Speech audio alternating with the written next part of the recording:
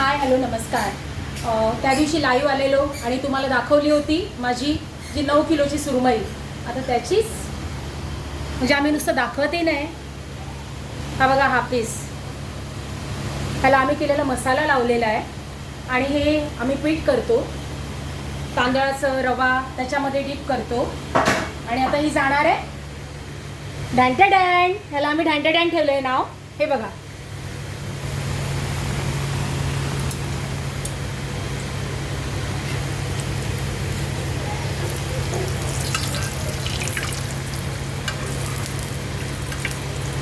ह्याचं टेम्परेचर पण ना थोडं मेंटेन ठेवायचं आहे.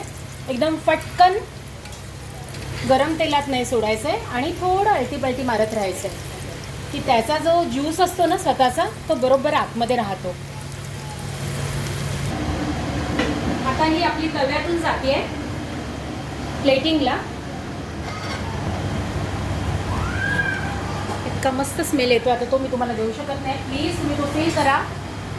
आणि हे खाण्यासाठी फटाफट ना बुकिंग करा आणि या. त्याचा फ्रेशनेस आहे ना तो आम्ही इंटॅक्ट ठेवणारच आहोत, पण जितक्या लवकर खाल ना तितकी तुम्हाला मजा येणार आहे. त्याच्याबरोबर हे सलाड. मगाशी सुरमई फ्रायचं आपण प्लेटिंग केलं होतं आणि माझे जे गेस्ट फर्स्ट सुरमईचा पीस यांनी घेतलेला आहे, ते गेस्ट त्यांना विचारूया आपण की कशी होती. आपने खाई ना सुरमई? तो हाऊ कैसे खाते हैं?